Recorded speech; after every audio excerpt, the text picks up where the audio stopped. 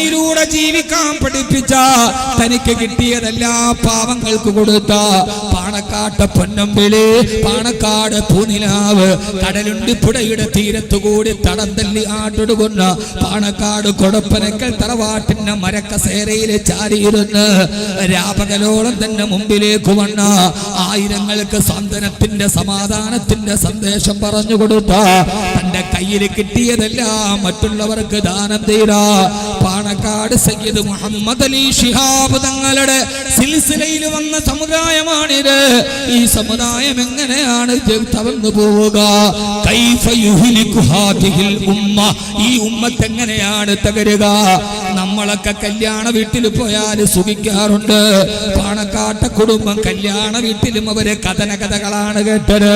മക്കളെ കെട്ടിക്കാനുണ്ടെന്ന് പറഞ്ഞത്, തങ്ങളെ രോഗമാണെന്ന് പറഞ്ഞ് കരഞ്ഞവർ, തങ്ങളെ വീടില്ലെന്ന് പറഞ്ഞ് കരഞ്ഞവർ. പാണക്കാട് തറവാടിന്റെ ഒരൊറ്റ കൈച്ചും ഇതേവരെ അടക്കപ്പെട്ടിട്ടില്ല. അവിടേക്ക് വന്നവരാരാണ്?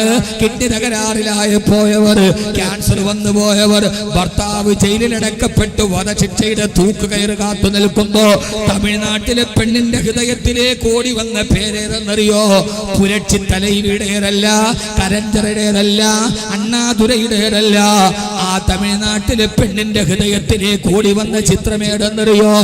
പാണക്കാട് കൊടപ്പനക്കൽ തറവാട്ടില് ആയിരക്കണക്കിന് അഗതികൾക്കും അനാഥകൾക്കും നിരാലംബർക്കും നിരാശ്രയർക്കും നിദ്രാവിഹീനർക്കും ആലംബമായി മാറിയ പാണക്കാട് ജുമാ മസ്ജിദിന്റെ വലതു ഭാഗത്തും മണ്ണിന്റെ അടിയില് ഒരു മഹാചരിത്രം രചിച്ച് കിടക്കുന്ന പാണക്കാട് സയ്യിദ് മുഹമ്മദ് അലി ശിഹാബ് തങ്ങളുടെ പ്രിയപ്പെട്ട പുത്രന് ഇന്ന് ഈ സദസ്സിൽ വന്നിട്ട് നമ്മൾക്ക് അനുഗ്രഹം തന്ന് തിരിച്ചുപോയ പാണക്കാട് സയ്യിദ് മുനവ്വർ അലി ശിഹാബ് തങ്ങൾ അല്ലാഹു ആരോഗ്യത്തോടു കൂടിയുള്ള ദീർഘായുസ്സ് നൽകട്ടെ. തമിഴ്നാട്ടിലെ പെണ്ണ് ഓടി വന്ന് കരഞ്ഞത് പാണക്കാട് തറവാട്ടിലാണ്, മുനവ്വർ അലി തങ്ങളുടെ മുമ്പിലാണ്.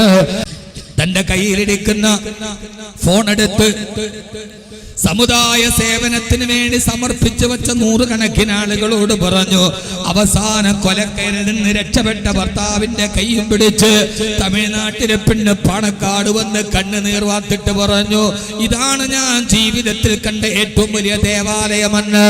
ഇത് മതഭ്രാന്തന്മാർക്ക് മനസ്സിലാവില്ല, വിരോധം മനസ്സിലേക്ക് കയറിയവർക്ക് മനസ്സിലാവില്ല. പാണക്കാട്ടെ തറവാടിന്റെ ഗേറ്റ് ഒരാളുടെ മുമ്പിൽ മടക്കപ്പെട്ടിട്ടില്ല. தமிழ்நாட்டுல இருந்து 2 பேரு காளியப்பன் அஞ்சையா குவைத் ஜெயில இருக்காங்க. அந்த கேஸ் பத்தி எனக்கு தெரியும், சொல்லுங்க சார்.